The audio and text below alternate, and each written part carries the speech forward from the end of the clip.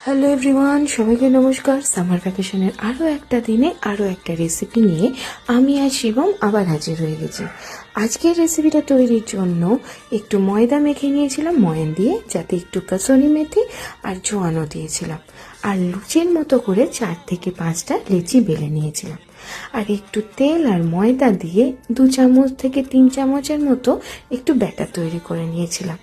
তারপর একটা করে লুচি নিচ্ছিলাম, তার উপরে এই ময়দা তেলের ব্যাটারটা দিয়ে আবার একটা করে লুচি রেখে দিয়ে ভালো করে 4 থেকে 5টা যখন এইভাবে সেট হয়ে যায়, তারপরে সেটাকে রোল করে ছড়ি দিয়ে 4 থেকে 5টা আবার লেচি কেটে নিয়েছিলাম। আর একটু আলু সেদ্ধ করে তার মধ্যে নুন, কাঁচা লঙ্কা, ভাজা জিরে গুঁড়ো, চাট মশলা দিয়ে একটু পুর তৈরি করে নিয়েছিলাম। আজকের রেসিপিটা তৈরি করছি একটা কচুরি, আলু কি কচুরি। যাই হোক, এই লেচিগুলো থেকেই আবার ছোট ছোট করে লুচির মতো করে বানিয়ে তার মধ্যে এই আলুর পুরটা দিয়ে ভালো করে তৈরি করে নিচ্ছিলাম এই কচুরির বেসটা। তারপরে কড়াইতে তেল গরম করে একটা একটা করে লো ফ্লেমে খুব সাবধানে এই কচুরিগুলো ভেজে নিয়েছিলাম।